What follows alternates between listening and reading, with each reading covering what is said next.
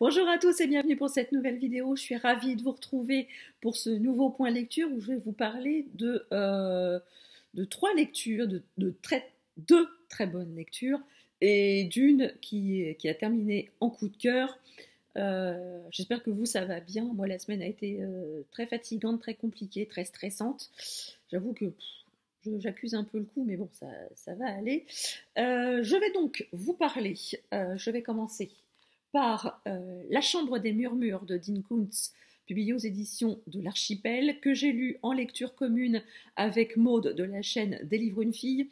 On avait lu toutes les deux le tome 1 Dark Web le mois dernier. Et du coup, on s'est dit pourquoi. On s'était mis, quand on en avait discuté, on s'est dit pourquoi pas ne pas lire tous les tomes de la saga en lecture commune. Donc c'est chose faite avec ce tome 2. Donc évidemment, il est souhaitable, voire même très souhaitable, d'avoir lu le tome 1 pour pouvoir accrocher les wagons de ce tome 2. Bien qu'ici, on ait une nouvelle enquête, qui est quand même diamétralement liée à ce qui s'est passé dans le premier tome. Donc on retrouve notre héroïne Jane Hawke, ancienne agent du FBI, recherchée par toutes les polices et toutes les agences gouvernementales des États-Unis. Bien évidemment, c'est un complot, hein, bien évidemment. Elle cherche toujours à coincer ceux qu'elle estime responsables de la mort de son mari, qui s'est suicidé, mais il s'est avéré que pour elle, elle n'a jamais cru au suicide de son mari, donc elle a commencé une enquête, elle a découvert des choses pas très reluisantes, et ici, dans la Chambre des Murmures, elle poursuit donc sa quête, son enquête sur ce groupe de personnes qui montent un complot mondial, et elle cherche absolument à les arrêter. Et ici, on a une nouvelle vague, une nouvelle enquête. Le roman débute avec une dame, une institutrice à la retraite, bien sous tout rapport, et on la voit un petit peu dans son quotidien, mais on sent qu'il y a quelque chose de bizarre chez cette femme, et il va s'avérer que cette femme va bourrer sa voiture d'explosifs et d'engins incendiaires, et elle va aller la fleur au fusil, comme on dit, s'encastrer dans la façade d'un hôtel et incendier cet hôtel, tuant tous les gens, enfin tuant de nombreuses personnes et en blessant de nombreux autres aussi. Et du coup, l'enquête va être confiée au shérif du coin, enquête qui va lui être retirée très vite par le FBI et par un personnage qu'on a déjà croisé dans le tome 1. Et cet homme va tout faire pour étouffer l'affaire du mieux possible.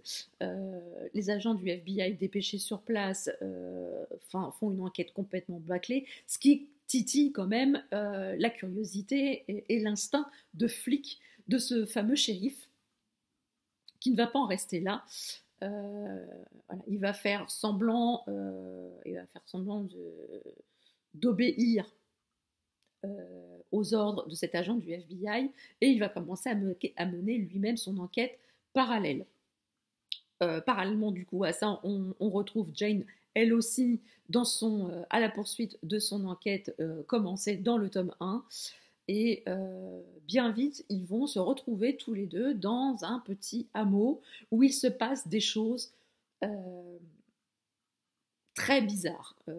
Quand on lit ce qui se passe là-bas, on se dit, oulala, je crois que le groupe a monté une étape supplémentaire, une marche supplémentaire dans leur complot, et on s'aperçoit que dans ce petit hameau, il se passe des choses franchement bizarres, et le shérif et Jane vont arriver à travailler de concert, et on suit leur pérégrination et leurs aventures dans ce roman. J'ai tout de suite accroché dès le départ dans ce nouvel opus. J'ai trouvé que l'action était beaucoup plus vive que dans le premier tome. Alors, sûrement parce qu'on est dans un deuxième tome et que le décor est planté, on sait à peu près les tenants et les aboutissants de l'enquête de Jane. Et donc, du coup, on est tout de suite rapidement dans l'action. Les chapitres sont très courts et le style est toujours aussi addictif. Et on continue à apprendre à apprendre à connaître le personnage de Jane. En fait, je pensais qu'elle était plus âgée. Elle avait une bonne trentaine d'années, voire entre 35 et 40 ans. Or c'est pas le cas. Elle est jeune, elle a 27 ans et elle a là, dans la temporalité par rapport aux événements qui se sont passés dans le premier tome, il s'est passé quelques semaines, voire quelques mois, un ou deux tout au plus, et elle a déjà tellement vécu d'aventures, tellement vécu de choses qu'aucune femme et qu'aucune agent de FBI pourrait rencontrer pendant toute une carrière. Et elle, en quelques mois, elle a déjà vécu tout ça.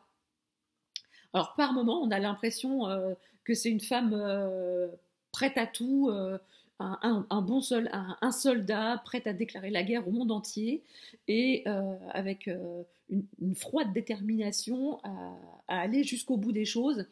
Et de l'autre, on a une jeune femme face à sa douleur, face à son chagrin, face à la douleur de la séparation avec son fils. On a les deux facettes de cette personne, de cette femme qui cohabitent à l'intérieur d'elle et qui font que c'est un personnage qu'on aime suivre. On tremble pour elle parce qu'il y arrive quand même des bricoles. Et, euh, et, et c'est vraiment un personnage qu'on aime suivre. J'ai aussi beaucoup aimé le personnage du shérif, même si j'ai deviné ce qui allait probablement arriver à un moment donné du récit, ça n'a absolument pas empêché ce, mon attachement pour ce personnage. Alors après, ce que je peux reprocher, c'est que à un moment, on ne sait pas ce qui arrive, ce que devient le shérif et sa famille à la fin du récit. On a des informations, mais on n'en sait guère plus. Et j'aurais bien aimé que l'auteur creuse un petit peu plus sur ce personnage pour en savoir ce qui allait lui arriver. Et ça, on ne le sait pas. J'ai trouvé ça un peu dommage. Et également, la fin qui est arrivée encore un peu vite cette fois-ci. On s'attendait à une confrontation bim bam boum et je trouvais que la fin était arrivée très vite. En un chapitre, c'était bouclé et j'ai trouvé que c'était un petit peu dommage vu le niveau haletant pendant tout le récit. Alors, il y a encore un tome, si mes souvenirs sont bons. J'espère qu'on aura vraiment toutes les réponses à nos questions dans ce dernier tome qui s'intitule L'escalier du diable. Je pense qu'on le lira le mois prochain avec Maude. On n'en a pas encore discuté toutes les deux, mais je pense que ce sera le mois prochain. En tout cas, c'est un bon roman, thriller d'action. Si vous aimez vraiment les romans un peu à la Jason Bourne, ce que j'avais dit déjà pour le précédent tome, et si vraiment vous aimez ces romans à la Jason Bourne, foncez sur cette série Jane Hawk et ce personnage charismatique et emblématique de cette saga. Ensuite, je vais vous parler d'une toute petite lecture que j'ai faite ce midi.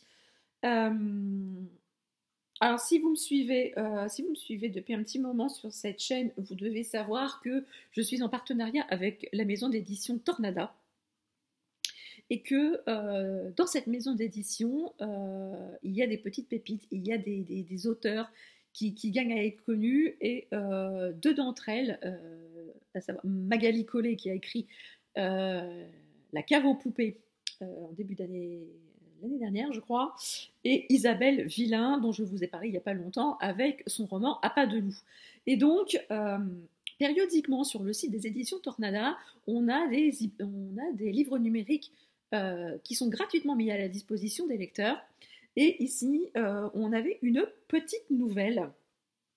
Alors, j'ai envie de dire petite nouvelle, c'est un petit peu pléonasme, parce que généralement, une nouvelle, c'est pas très très long. Mais voilà, une nouvelle qui a été écrite à quatre mains par Magali Collet et Isabelle Villain. Il s'agit de Descendre en héritage, aux éditions Tornada, bien sûr. Donc ici, je me suis... alors je ne sais pas si elle est toujours disponible en téléchargement gratuit sur le site de Tornada. Je vous mettrai le lien vers le site internet de la maison d'édition en barre d'infos. Ici, on est au début des années 1900, la montagne Pelée entre en éruption en Martinique et raye la carte de la petite ville de Saint-Pierre en 10 minutes, un quart d'heure de temps. Au tout début de l'histoire, on a quelques personnages qui vivent dans le village, aux toutes prémices de l'éruption. Il y a un orage violent, des pluies torrentielles, des fumerolles, des cendres qui commencent à se déposer sur les maisons, sur les routes, enfin bref, un peu partout. Et on assiste au cataclysme et en un quart d'heure de temps, la petite ville de Saint-Pierre a été rayée de la carte. Il y a très très peu de survivants et des bateaux qui étaient pas très loin sont venus assez près du rivage pour essayer de tenter de rapatrier les survivants, et ils découvrent une barque avec un cadavre dedans, mais également une petite fille mulâtre et un bébé blanc. Ils sont donc recueillis par un des navires, ils sont rapatriés à Fort-de-France chez un maître blanc, et qui connaissait un petit peu, qui les a emmenés dans un hôpital. Et là, à l'hôpital, deux femmes se présentent à l'hôpital pour revendiquer la maternité du petit bébé qui a été recueilli. Arrivé là, on voit l'arrivée d'un autre personnage, il s'appelle Isidore, il est spécialisé dans la recherche dans l'intérêt des familles, et il est mandaté par un grand maître de l'île pour faire la lumière et déterminer laquelle de ces deux femmes est bien la mère de ce petit garçon. Donc il va interroger les deux mamans, et il aimerait bien en savoir plus aussi par la petite fille qui a aidé le bébé à survivre, mais malheureusement, la petite fille est muette. Depuis le drame, elle n'a jamais pu prononcer un mot. Seulement la nuit, il l'entend chanter une berceuse pour le bébé. Et donc, il mène son enquête c'est très difficile parce qu'évidemment, il n'y a aucun témoignage qui vient corroborer le fait que ce soit l'une ou l'autre qui soit la mère du bébé, et il est très embêté, et il va décider de rendre sa décision en son âme et conscience. Et à la toute fin, on connaît vraiment le fin mot de l'histoire, ce qui s'est réellement passé, qui est ce bébé. Et dans ce très très court récit, on a la patte des deux autrices, Magali Collet qui nous transporte en Martinique avec les us et coutumes de l'époque, parce qu'il ne faut pas oublier qu'on est au début 1900, on a encore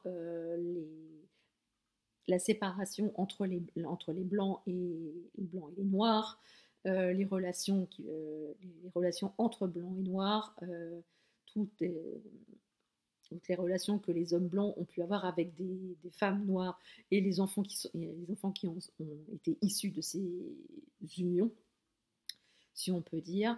Et on a toutes les deux à leur manière une intrigue qui est concentrée en très très peu de pages, mais ça se lit tout seul.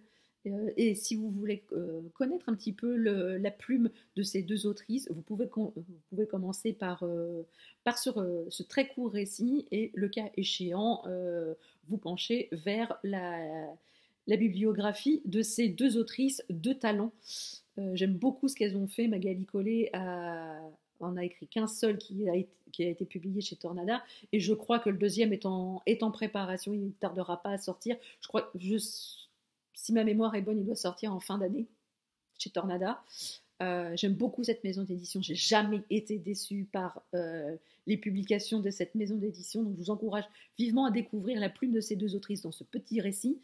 Et je vous encourage aussi à découvrir leur plume de chacune dans leurs ouvrages respectifs. Alors maintenant, je vais vous parler de ma lecture coup de cœur de cette semaine. Il est sorti jeudi dernier. Il s'agit de 1991 de Franck Tillier, paru aux éditions Fleuve Noir. Donc je vous mettrai la couverture ici. Je l'ai lu en épreuve numérique. Ici, c'est quand même la première enquête de son personnage phare, Franck Charcot.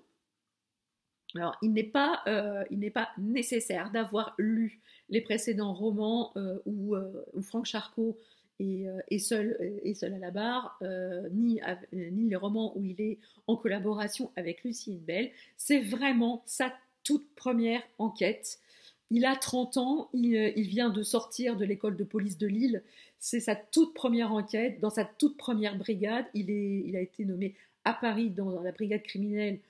Dans une brigade criminelle, il fait partie d'un groupe, c'est le dernier du groupe, il a commencé à faire ses armes dans le mythique 36 quai des Orfèvres. On est en 1991.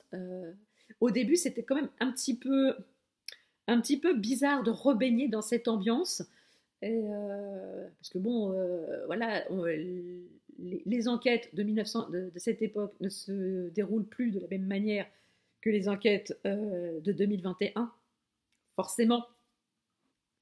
Et voilà, on a les Minitel, on a encore les bonnes vieilles cartes routières, on a encore les cabines téléphoniques. Voilà, quand on voulait téléphoner le plus vite possible, il fallait trouver une cabine téléphonique en état de marche. Il n'y avait pas de portable. Les ordinateurs commençaient à faire leur apparition, mais pas les machines qu'on connaît à l'heure actuelle. Hein. C'est vraiment les gros IBM, les grosses machines, les gros écrans. Et donc ici, on retrouve Franck Charcot, fraîchement émolu de l'école de police de Lille, et il commence on le rencontre, il est dans les archives, et il commence à éplucher les archives sur une enquête qui est à ce jour pas terminée, celle de femmes qui ont disparu, des femmes qui ont été tuées, et ils ont absolument aucune piste sur cette fameuse affaire des disparus, et il épluche tous les documents d'archives, tous les dossiers d'enquête pour essayer de trouver une piste là où ses collègues ont fait chou blanc. Alors évidemment, c'est le petit nouveau, il vient d'arriver, il n'a pas encore la confiance de ses collègues, et évidemment, tout le boulot un peu de merde lui est confié. Vraiment, c'est le petit dernier arrivé. C'est le bleu. Hein. Autant dire les choses comme elles sont. Là, on découvre Franck Charcot tel un bleubit. Et donc, parallèlement à ça, un soir, en sortant du commissariat, il rencontre un homme qui vient de recevoir un courrier un peu énigmatique avec une photo de scène de crime où on voit une femme qui est attachée sur un lit dans une position un peu inconfortable, faut bien le dire. Et Franck Charcot se doute bien qu'il y a urgence à intervenir, et donc il part avec cet homme à l'adresse indiquée. Et là, il va découvrir une scène de crime absolument abominable. Une femme morte dans des circonstances affreuses. Il appelle son groupe, une enquête commence, et là, il va vraiment mettre le pied dans une enquête absolument terrible, où le tueur se fout ouvertement de la gueule des flics. Mais alors là, on en a vu hein, quand même dans les romans des tueurs qui s'amusaient un petit peu aux dépens de la police, mais là, c'est même plus de l'amusement, c'est clairement du foutage de gueule. Ils se foutent de leur gueule, mais à un point, c'est... j'aurais été flic, je l'aurais mal pris. Bon. Et là, de fil en aiguille, on va à la Franck... Voilà, un polar, un thriller à la Franck Tillier, il va petit à petit tirer sur les fils de la pelote, et on va avoir une enquête avec des ramifications énormes. Les pistes vont partir dans différentes directions, et et on va avoir une enquête qui va à la fois mener la magie, mais alors attention, hein, pas la magie niveau fantasy, hein. Alors, je sais bien qu'on est au mois de mai et que c'est le mois de la fantaisie, mais non, là c'est la magie, c'est la prestidigitation, c'est la magie de Houdini, la magie de David Copperfield, c'est vraiment les grands magiciens, et on va partir aussi sur différentes pistes, et c'est une enquête absolument mais passionnante, une enquête à l'ancienne, où on n'a pas du tout, où on revient, une enquête qui se déroulait il y a encore 30 ans, et on se dit que 30 ans, là, à l'heure d'aujourd'hui, à l'heure où tous les progrès technologiques, tous les progrès scientifiques sont utilisés par la police pour mener leurs enquêtes, ici, ben, on est encore au balbutiement de la recherche ADN sur les scènes de crime. Et à un moment, il y a un des personnages qui dit bah oui, relever l'ADN, mais c'est de la science-fiction. Voilà, à l'époque, en 1991, utiliser l'ADN pour les enquêtes, c'était purement et simplement de la science-fiction. Et à l'heure d'aujourd'hui, c'est maintenant monnaie courante de relever des traces d'ADN sur les scènes de crime. Et c'était même, à un moment, je me suis fait la réflexion, j'ai rigolé toute seule parce que je me suis dit, merde, on se croirait vraiment dans une dystopie. Putain, les mecs, vite, oh, il faut que je recherche un truc, vite, je prends mon Minitel. Bon, là, à l'heure actuelle, c'est oh, j'ai une recherche à faire, vite, mon smartphone, allô Google. Non, tais-toi, Google. Moi, on a une instance de collecter, à chaque fois qu'on prononce le mot Google, c'est et là, c'est une très très bonne enquête. C'est un excellent Tillier, nom d'un crotte de canichena à plume. C'est qu'est-ce que c'était bien, c'était gore, c'était glauque. Isa, si tu regardes cette vidéo, tu vas adorer. Parce que en termes de glauque, en échelle du glauque, sur une échelle de 10, on est facilement à 15. On est dans du glauque, mais dans du glauque. À tel point que 2 nuits de suite, j'ai hyper mal dormi parce que, je vais vous raconter ma life, hein, mais voilà, mon chéri se levait très très tôt pendant 2 matins de suite. Il s'est levé sur les coups d'1h, 2h du matin. Et donc du coup, on se couchait de bonne heure pour qu'il y ait un petit peu de temps de sommeil. Et bon, moi avec ma liseuse, j'ai la chance qu'elle soit rétro-éclairée, donc ce qui me permet de lire un petit peu quand même, malgré le fait qu'on soit couché. Et donc, je lisais un petit peu 2-3 chapitres avant d'éteindre et de faire dodo.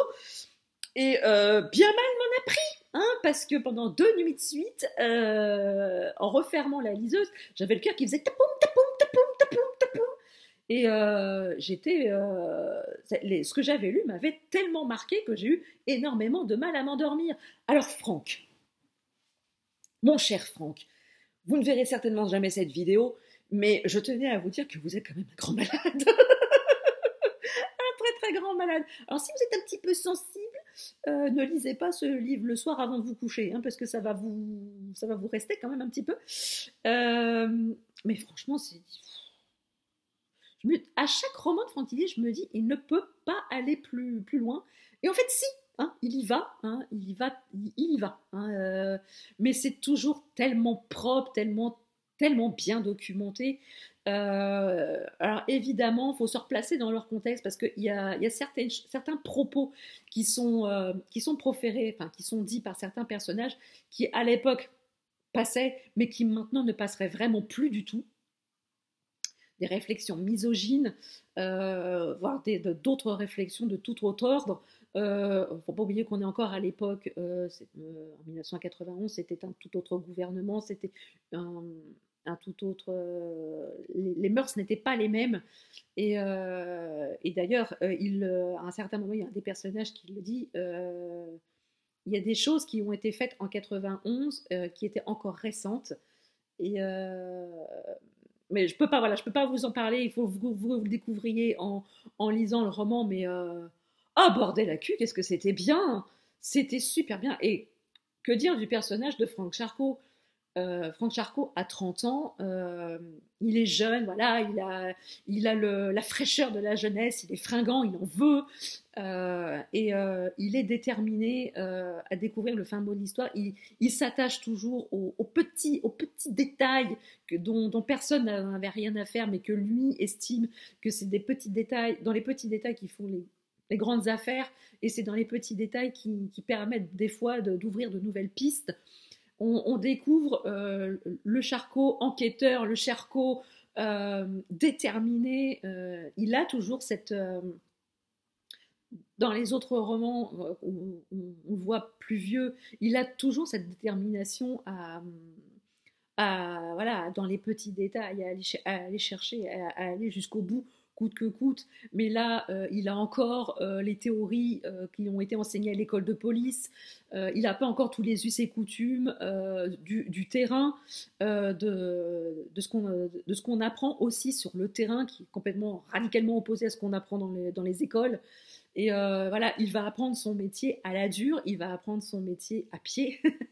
Le boulot d'enquêteur, c'était un boulot où on marchait énormément.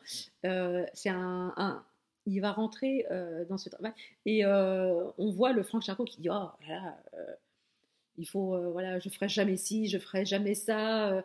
Il est encore dans l'avenir, dans l'espoir que l'avenir le préservera, même si il est parfaitement conscient que dans sa carrière de flic, il verra des choses pas cool. Faut dire aussi que sa première enquête, elle est pas... Pour une première enquête,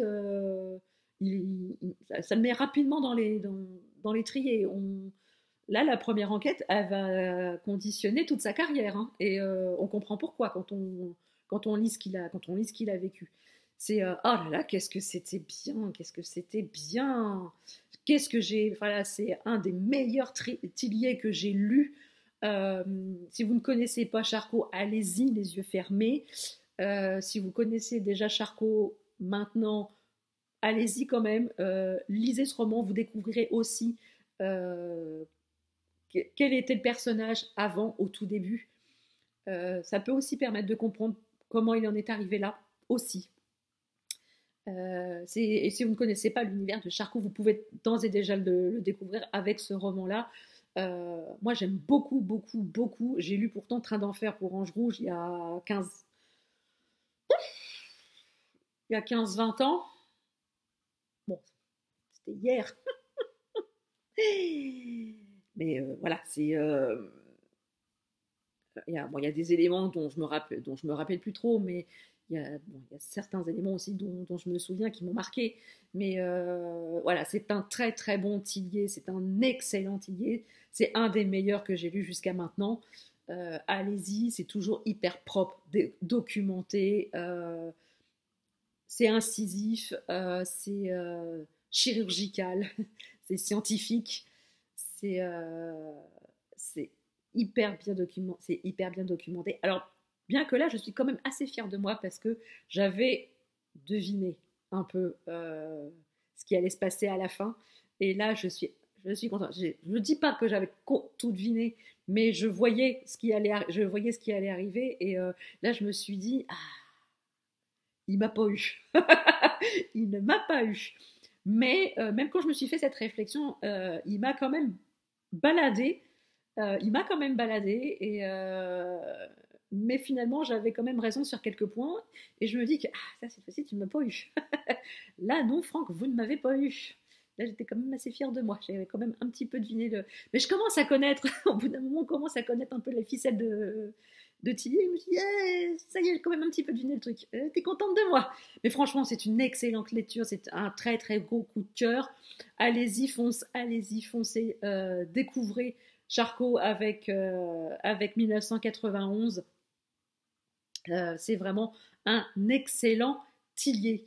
Voilà, j'espère que cette vidéo vous a plu. N'hésitez pas à me dire en commentaire si vous avez lu certains de ces romans, et si vous comptez les lire, si je vous ai donné envie de les lire, bien évidemment. N'hésitez pas à mettre des petits pouces en l'air si la vidéo vous a plu. Et si vous n'êtes pas encore abonné, n'hésitez pas. C'est gratuit, ça fait plaisir. Et ça ne fait de mal à personne. Sur ce, je vous laisse. Je vous souhaite de très très belles lectures, une très très bonne journée. Et je vous dis à très bientôt pour une prochaine vidéo. Ciao!